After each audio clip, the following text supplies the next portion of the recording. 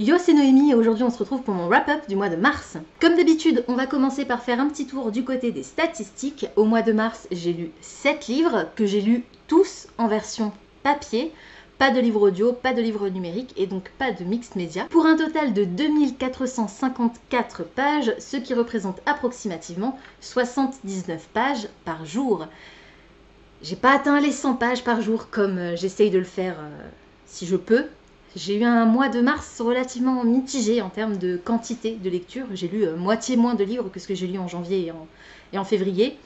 Mais au niveau du plaisir à la lecture, c'était plutôt très bon, même si ça ne se ressent pas dans ma moyenne de notation, parce que j'ai eu un abandon, 2 3 étoiles et 4 5 étoiles, dont 2 coups de cœur, mais ça fait quand même qu'une moyenne de 7,24 sur 10, soit 3 étoiles. Les 2 premiers livres que j'ai lus en mars, je vais pas vous en parler dans cette vidéo parce que je vous ai fait un vlog dédié, c'était pour mon vlog du Buzzword Latin de Kayla de la chaîne Books & Lala que je vous remettrai dans la barre d'infos, et c'était un vlog que j'avais dédié à Jane Austen puisque le critère du buzzword de mars c'était character name, donc nom d'un personnage dans le titre, et j'avais décidé de lire Emma de Jane Austen, Jane Austen étant mon autrice préférée. J'en ai profité pour lire également Austen Power qui a été écrit par un collectif aux éditions du Baribal, et Les Watson, qui était le dernier ouvrage de Jane Austen que je n'avais encore jamais lu. Donc ces 2 titres-là, je les ai lus. J'ai mis 5 étoiles à Austen Power et 5 étoiles également au Watson. Mais je vous invite à voir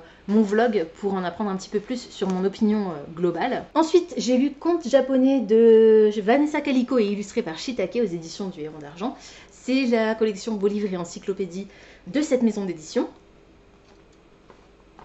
Donc j'ai quelques petites illustrations en plus, et comme son nom l'indique, c'est tout simplement une encyclopédie, un beau livre de contes japonais avec des illustrations magnifiques. Je lui ai mis 13 sur Livre Addict et 3 étoiles et demie sur Goodreads. Je suis plutôt contente d'avoir arrêté de participer aux campagnes de financement participatif Ulule pour les livres de cette collection chez le Héron d'Argent, parce qu'une nouvelle fois, le texte est bourré de fautes. Je parle de fautes de grammaire, mais je parle aussi de fautes d'orthographe, d'inattention. Je trouve que la première partie aussi de ce texte est un peu trop basée sur la religion à mon goût. L'ouvrage c'est contes japonais et pas mythologie japonaise. Donc même si j'admets que la plupart des contes soient l'adaptation de mythes à la base, je pense que si ça s'était appelé plutôt mythes et contes et mythes japonais, peut-être que je me serais un peu plus méfiée. Là ça n'a pas été le cas, et vous savez que la religion et moi c'est pas trop une histoire d'amour, donc j'ai été un peu déçue par cette première partie. Du coup la deuxième partie rattrape un petit peu cet aspect négatif, mais, et je suis désolée de le dire, je trouve que toutes les histoires se ressemblent, et dans la construction du récit, dans les personnages, et surtout elles ont presque toutes la même morale. Alors il me semble, au témoin d'un doute, que le Japon c'est quand même une terre riche en histoire, en croyances j'allais dire, mais du coup on est plus sur un aspect religieux, mais ouais, en légende, et je pensais qu'il y avait plus de diversité dans ces histoires, mais là pour le coup cet ouvrage n'est pas du tout représentatif de la diversité des créatures et des légendes japonaises. La seule chose qui m'a vraiment marquée dans cet ouvrage, du coup, c'est les illustrations, encore une fois, de Shiitake qui sont absolument phénoménales. Cependant, petit, pas bémol, mais petite remarque, est-ce que Shiitake est la seule artiste je sais même pas si elle est japonaise ou elle est d'origine japonaise. Alors d'après la biographie, elle est japonaise, donc pas française d'origine japonaise.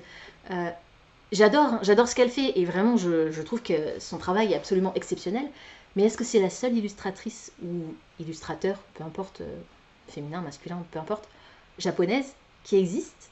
Est-ce que la maison d'édition aurait pas envie de promouvoir les travaux d'autres artistes? Pourquoi toujours la même?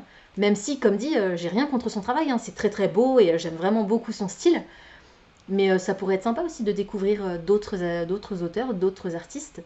Donc c'est un petit peu redondant du coup, je trouve aussi. Ensuite, j'ai lu Chaussures à son pied de Marianne Lévy. Il faisait partie des 12 livres qui devaient s'autodétruire d'ici la fin de l'année. Je l'ai lu, je suis contente. Il est dans la collection Il est une fois chez Pygmalion. Et c'est donc une nouvelle version de Cendrillon. Je lui ai mis 11 sur Livre Addict et 3 étoiles sur Goodreads. Ah oui, je vous l'ai pas dit, mais conte japonais, il était dans ma palle des cartes pour un livre graphique. Et Chaussures à son pied était dans ma palle des cartes pour un paperback. Ça m'a pris très longtemps pour noter ma lecture parce que mon expérience a été très mitigée. J'ai pas trouvé les personnages particulièrement attachants et je trouve que les relations qu'ils entretiennent les uns avec les autres sont peu crédibles quand on considère qu'ils sont censés être amis. Pourquoi ? Pour moi, leur amitié n'a absolument aucun sens. Il n'y a rien qui fait que leur amitié peut tenir. L'atmosphère, elle, est plutôt sympa, surtout parce qu'on a de nombreuses incursions à la bibliothèque ou au théâtre. Par contre, le style de l'autrice m'a beaucoup perturbée. J'ai eu l'impression de lire une mauvaise traduction, alors que l'autrice est française, donc le texte a été écrit en français, donc les formulations, la grammaire qui m'a dérangée, s'apparentait vraiment à des fautes de traduction, alors qu'en fait, pas du tout. Du coup, c'était très bizarre. J'ai vraiment beaucoup aimé la construction du récit. Par contre, ce n'est pas une réécriture de Cendrillon. C'est faux, publicité mensongère. En fait, on s'attarde plus sur la figure du prince charmant, qui est commune à de nombreux contes, que vraiment sur l'histoire de Cendrillon. On n'a aucun des éléments caractéristiques du conte de Cendrillon dans cette histoire. Et même le titre, Chaussures à son pied, le titre est cohérent avec l'histoire qui est racontée. Et du coup, ça fait penser à Cendrillon. Mais à part cette histoire de chaussures du titre, il n'y a pas vraiment d'histoire de chaussures dans l'histoire. On sait que le personnage principal porte des Converse et que ses amis trouvent qu'il ne devrait plus porter de Converse à son âge parce que ça fait vraiment gamin. Vous voyez, quand je disais je vois pas pourquoi ils restent amis, voilà. Mais c'est tout, il y a juste cette mention-là, une paire de chaussures qui est faite. On ne parle pas de citrouille, on ne parle pas de carrosse, il n'y a pas d'échéance de minuit, rien du tout. Aucun des éléments caractéristiques du conte de Cendrillon ne sont repris dans cette histoire. Je vous ai même pas parlé de ce qui se passait en fait dans ce récit. On a un jeune homme qui a la trentaine à peu près, qui est français mais qui vit à Londres dans une colocation. Ils sont plusieurs, il a tout quitté en France pour venir vivre sa vie à Londres. Il est auteur et il espère être édité. Il écrit un livre sur le mythe du prince charmant. Et une de ses colocs, ils sont je crois 3 hommes et une femme, une de ses colocs lui a parié que le coup de foudre existait. Et pour lui c'est faux, le coup de foudre ça n'existe pas. Donc en fait tous les week-ends, pendant 1 an, elle lui fait un date à l'aveugle. Donc il rencontre une femme et 52 fois, enfin 51 je crois parce qu'on arrive au dernier, au 52e rendez-vous, ça marche pas. Donc à chaque fois, il lui démontre que non, c'est faux. Le mythe du prince charmant et le coup de foudre, ça n'existe pas. Donc c'est un peu ça l'histoire. Et un jour, il va rencontrer quelqu'un, une fille. Et ça va être une histoire un petit peu de fake dating entre les deux. Mais c'est pas poussé non plus hyper fort. Parce que elle va utiliser ça pour... Elle a besoin de sortir avec quelqu'un pour une raison particulière. Et lui, il se dit que ça peut aussi l'aider dans l'écriture de son livre et ça peut aussi prouver à sa coloc que le coup de foudre, ça n'existe pas, la preuve. Ouais. Donc, c'était pas si pire, mais je trouve que ma lecture a été gâchée par ce style qui, pour moi, n'était pas juste. Et surtout le fait que je m'attendais à lire une réécriture de Cendrillon et ce n'en est pas une, mais alors pas du tout. Du coup, je pense pas que je lirai d'autres titres de cette collection chez Pygmalion. Je sais qu'il en existe au moins un, mais alors je ne me souviens plus du tout lequel. Mais je crois qu'il en existe au moins un deuxième. Et j'ai pas non plus spécialement envie de lire d'autres choses de cette autrice. Le livre que j'ai lu après, c'était Emma de Jane Austen, donc je l'ai annoté. Je l'ai savourer, parce que ça m'a pris très longtemps pour le lire, mais j'ai adoré chaque seconde que j'ai passée sur cette lecture. Mais je ne vous en dirai pas plus, je vous laisse découvrir mon avis plus complet dans le vlog du coup du Buzzworld. C'était incroyable, 5 étoiles, gros coup de cœur de nouveau. Donc, et je pense qu'il a réussi à se hisser au moins, au minimum en 3e place, derrière Orgueil et Préjugés et Persuasion. Donc, faudrait que je relise Persuasion pour savoir vraiment l'ordre dans lequel je les classe. Mais si je pouvais, je les mettrais tous à la première place, en fait, tout simplement. Ensuite, je vais vous parler rapidement du livre que j'ai abandonné, et c'était Blood and Honey de Shelby Mayerin. C'est le tome 2 de la série Serpent and Dove. Du coup, j'ai aussi retiré de ma pile à lire Gods and Monsters, qui était le tome 3. Donc, vous allez les retrouver sur ma boutique Rakuten là, dès la fin de cette vidéo, quasiment. Alors, il était dans ma palle des cartes pour un livre avec mon trope favori. Mon trope préféré, c'est Enemies to Lovers. Et dans le tome 1, on va faire la rencontre de Lou, Louise et de Reed, qui est lui un chasseur de vampires, j'allais dire. Non, rien, pas du tout. Un chasseur de sorcières. Et Lou, elle, est une sorcière. Il se court après depuis quelques temps. Enfin, Reed court après Lou parce qu'il l'a surprise en train de voler quelque chose. Donc il sait que c'est une voleuse, donc il veut absolument l'arrêter parce que Reed fait partie des gardes impériaux ou royaux ou je sais plus quoi. Bref, il fait partie de la garde. Donc il cherche à l'arrêter, mais il sait pas que c'est une sorcière. Et pendant leur chasse, enfin sa chasse à lui, ils vont se retrouver dans une situation compromettante. En fait, il est juste en train d'essayer de l'attraper, mais ils vont se retrouver dans une situation compromettante, ce qui fait qu'ils vont être obligés de se marier pour sauver la réputation de Reed.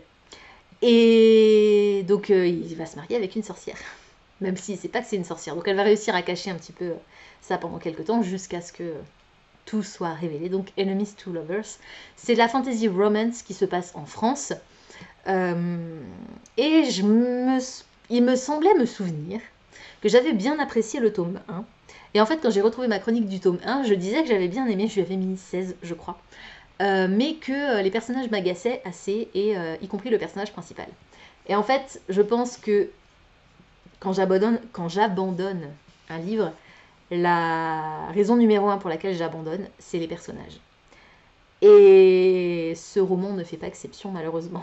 Pourtant, j'avais entamé ma lecture de manière plutôt optimiste parce que j'ai réussi à trouver un résumé du tome 1 que j'avais lu en 2021, donc j'avais vraiment besoin d'un récap, et du coup j'étais plutôt contente parce que je m'étais dit ok, c'est bon, maintenant j'ai tout bien en tête, je peux entrer dans le tome 2 qui commence exactement là où le premier tome s'est arrêté en fait.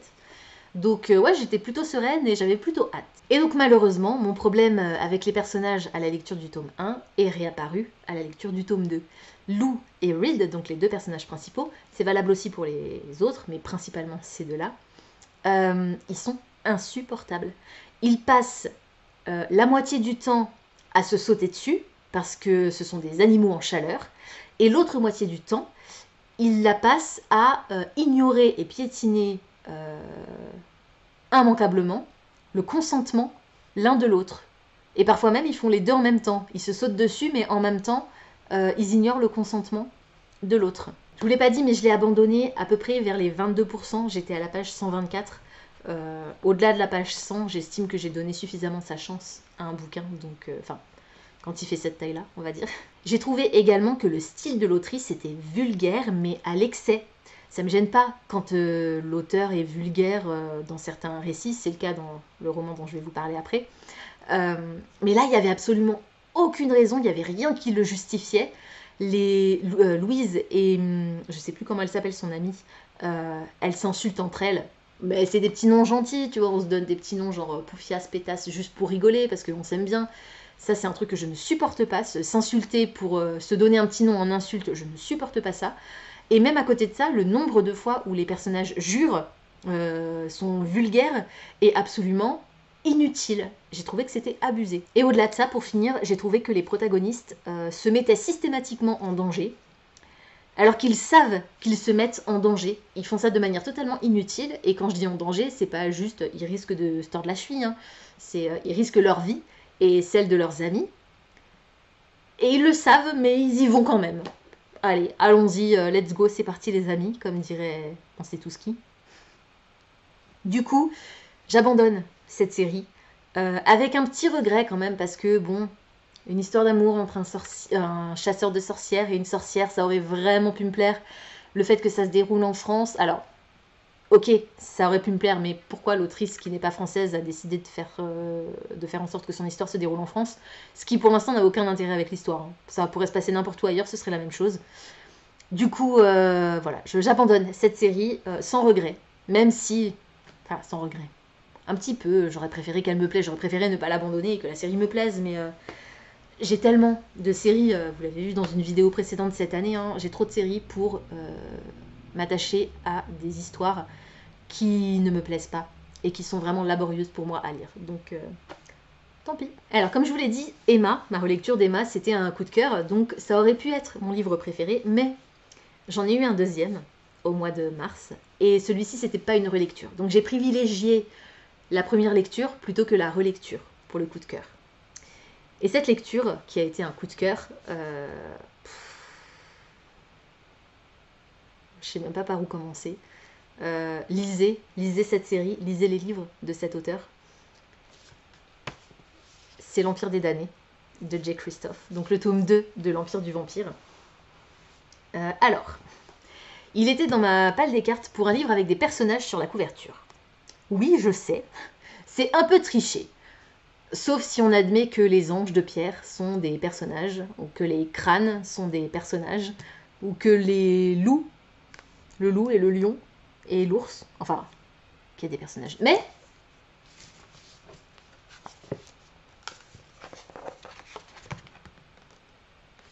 la jaquette est réversible, et sur la jaquette, sur l'arrière de la jaquette qui reprend la version du paperback, on a Dior et Gabriel. Donc, il y a des personnages sur la couverture, même si c'est qu'à l'arrière de la couverture. Comme vous pouvez le constater. Je me suis éclatée de nouveau. Je lui ai mis 5 étoiles sur Goodreads, 5 cœurs même, c'est un coup de cœur, donc 20 sur 20 sur Livre Addict, c'était absolument phénoménal. Il est sorti au mois de février, il est sorti le 29 février et je l'ai lu en mars, je suis trop contente. J'étais censée le lire en lecture commune avec Diane, la toute dernière semaine du mois de mars. Sauf qu'on a eu un problème, toutes les deux, chacune de notre côté. On n'arrivait pas à lire. Enfin, je ne sais pas pour quelle raison elle n'a pas lu de toute la semaine. Je pense qu'elle était aussi fatiguée que moi. Du coup, on a eu du mal à suivre notre rythme de lecture commune. Vous pouvez quand même retrouver le salon sur mon Discord où on en parle. Je crois que Diane est toujours en train de le lire, mais elle a quasiment terminé. Parce que j'ai quand même au fur et à mesure fait des commentaires sur les chapitres. Et j'ai passé la nuit de dimanche à lundi, donc la nuit du 31 mars au 1er avril, à terminer ce bouquin. D'une part parce que 1er avril, je voulais absolument commencer ma pile à lire du Magical Readathon. Et d'autre part parce que de toute façon, je n'arrivais pas à le lâcher. Donc je me suis couchée à 6h du matin pour pouvoir finir l'Empire des damnés de Jay Kristoff. Pour vous faire un récap rapide, dans le tome 1, on va faire la rencontre de Gabriel de Leon, qui est un saint d'argent et qui est emprisonné par des vampires. Ces vampires lui demandent de raconter son histoire. Donc dans le tome 1, on va naviguer entre deux temporalités. À chaque fois, c'est Gabriel qui raconte son histoire, mais il va raconter l'histoire de son enfance, de son apprentissage chez les saints d'argent, qui sont des chasseurs de vampires. Et d'un autre côté, il va raconter sa vie d'adulte, sa rencontre avec un groupe de personnages et leur quête du Graal. Parce que les vampires sont à la recherche... En fait, ils veulent en savoir plus sur le Graal. Donc Gabriel, qui s'est retrouvé à un moment donné confronté au Graal, en présence du Graal, raconte son histoire. Je vais m'arrêter là pour le résumé. L'histoire, c'est ça. Dans le tome 2, on continue. Gabriel est toujours enfermé. Gabriel raconte toujours son histoire. Sauf qu'on n'a plus cette histoire de double temporalité. D'une part, son enfance et de l'autre, sa quête avec le Graal. On a deux personnages qui vont raconter la même histoire, mais d'un point de vue différent. Enfin, la même histoire. Pas vraiment la même histoire, mais disons que ces deux personnages se sont tous les deux retrouvés à un moment donné en quête du Graal. Et ils racontent cette histoire. Donc, attention, cette histoire est très crue et très dure. Il y a au moins une scène qui m'a rendue presque malade, tellement c'était crade. C'est très visuel, c'est très gore, c'est très vulgaire. Il y a des scènes de fesses, il n'y en a pas beaucoup dans ce tome 2, mais le peu qu'il y a, elles sont vraiment très décrites. Donc public adulte et public averti surtout. J'ai adoré, c'est phénoménal.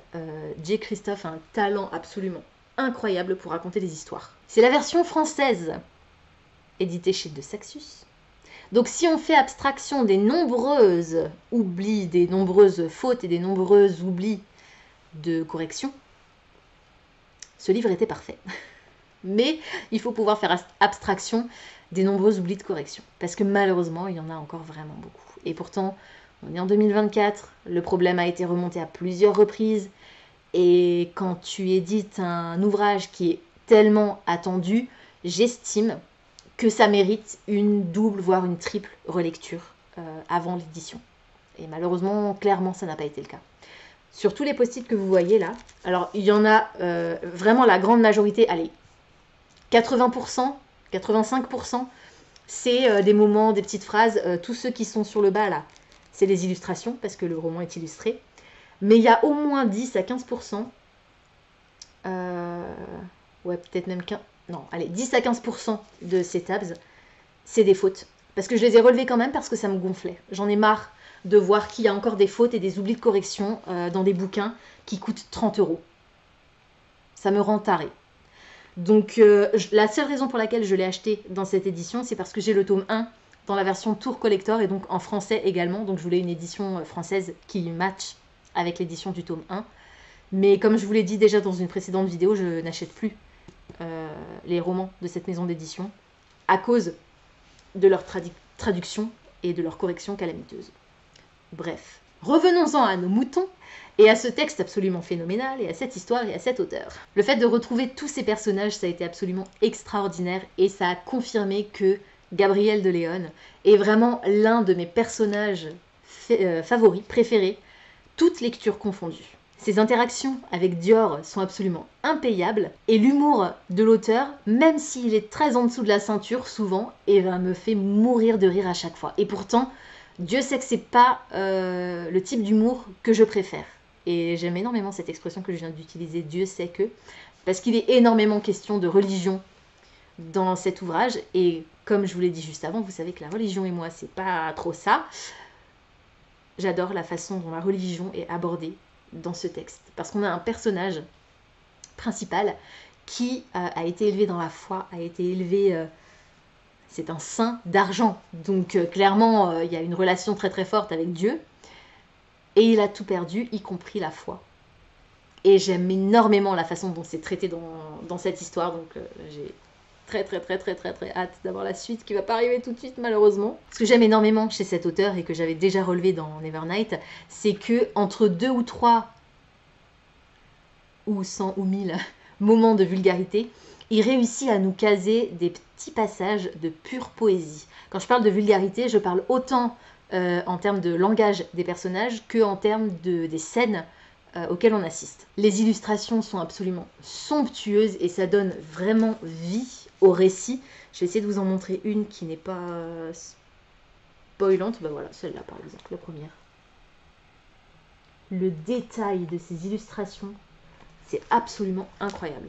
Comme je vous l'ai dit, on est sur un récit très très dur et la monstruosité à laquelle on fait face en tant que lecteur, qui n'est rien comparé à la monstruosité à laquelle font face les personnages, est parfois à la limite du supportable. Donc c'est vraiment... Moi je sais que je suis une chochotte quand il s'agit de gore, surtout à l'écran. C'est pour ça que je déteste les films d'horreur et tous ces trucs-là, je ne regarde jamais ce genre de choses. Par contre à l'écrit, ça passe, ça me gêne moins. Je suis moins dérangée par le fait de le lire. Et là, il y a quand même des choses qui m'ont... Waouh! Le rythme de l'histoire est absolument impeccable.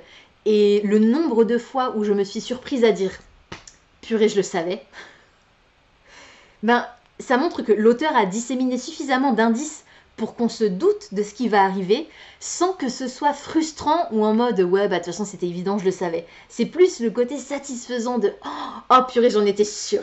Et ça fait trop plaisir et je trouve que c'est bien dosé. On a énormément de révélations qui s'enchaînent dans ce deuxième tome, mais on n'a pas encore tout à fait tout toutes les réponses qu'on attend. Du coup, j'ai très hâte d'avoir ce tome 3 qui sera le dernier et qui va probablement me briser le cœur. Mais je pense que j'en redemanderai quand même.